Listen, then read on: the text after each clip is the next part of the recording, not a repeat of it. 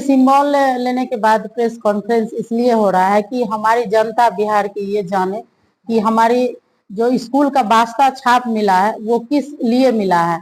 तो कि गरीबी से निकलने का भी यही रास्ता है, बेरोजगारी से भी निकलने का यही रास्ता है, और शिक्षा का जो हमारे बिहार में अभाव है उनके लिए तो ये सर्वोपरि है। तो कि अभी जब तक कि अभी 35 सालों से सरकार हमारे भाई बंधु, हमारे गरीब परिवार और जो भी पढ़ने लिखने वाले बच्चे थे उनको के पीठ पर बोरा ढोने के लिए मजबूर कर दिया गया। उसको हम लोग जनसुराज पार्टी के जितने भी प्रणेता हैं, हमारे कार्यकर्ता हैं, सबकी इच्छा है कि हर बच्चों के पीठ पर जब तक स्कूल का वास्ता नहीं लटकेगा तब तक हमारी ये बिहार की स्थिति नहीं सुधरेगी, बिहार के बच्चों की स्थिति नहीं सुधरेगी, बिहार की बेरोजगारी की स्थिति नहीं सुधरेगी, और बिहार के जितने भी अशिक्षा है वो शिक्षा में तब्दील नहीं होगी। इसलिए हम लोग आज ये प्रेस कॉन्फ्रेंस रखे हैं कि हमारे बिहार के, हमारे सुपौल वासी को ये मैसेज जाए कि स्कूल का वास्ता छाप ही हमें बदहाली से, बेरोजगारी से और अशिक्षा से निकाल सकता है। महिलाओं के प्रदर्शन पर ही शराबबंदी लागू की गई थी और अभी प्रशांत किशोर जी कह रहे हैं कि अगर हमारी सरकार आई तो हम शराबबंदी हटा देंगे।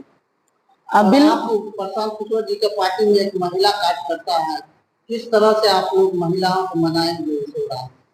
महिला को मनाने की जरूरत नहीं है, महिला इतना प्रताड़ित है, इस शराबबंदी से इतनी मजबूर है कि महिलाओं को मनाने की कोई जरूरत नहीं। हर महिला आवाज लगा के कह रही है कि शराब को खोल दो, शराब की दुकान को खोल दो, तभी हम जो सुरक्षित रह सकेंगे। आज महिलाओं को जो असुविधा हो रही है, असुरक्षा हो रही है, अभी हमारे मुजफ्फरपुर में दलित की बेटी के साथ जो अन्याय हुआ है, इस अन्याय पर हम लोग देखें जनसुराज की जितनी भी महिलाएं हैं सभी दम तोड़ते हुए भी हर दम लगी हुई रही। एक दिवसीय पहले पटना पाटलिपुत्रा में हम लोग का धरना हुआ, और जो है अगले 2-3 दिन पहले हमारी जनसुराज की महिलाएं चरवर के मंगल पांडे के आवास पर हिस्सा ली कि इस जातीयता को और इस अन्याय को सहने के लिए हम लोग महिलाएं नहीं बनी हैं। हमारी आधी आबादी मिलकर हमारी सरकार बनाती है।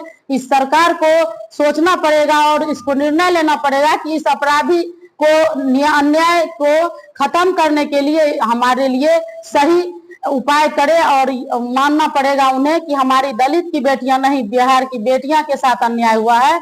इस अन्याय को जब तक पूर्वी नहीं किया जाएगा हम सबको, तब तक हम लोग लड़ते रहेंगे, बशर्ते कि हमें जेल भी ले जाने के लिए उन्होंने तो छोड़ा नहीं। गर्दनीबाग में मैं भी थी, वहां पर हमारी 3 साथियों को, महिला साथियों को उन्होंने थाना पर अंदर रखा, और उसके बाद आपने देखा भी होगा कि किस तरह से हमारी महिलाएं जो है शेरनी की तरह लगी हुई थी हर महिला के अन्याय को साबित करने के लिए कि ये साबित हुआ हमारी सरकार हमें अन्याय ही अन्याय दे रही है। तो हमें जागृत हो जाना चाहिए।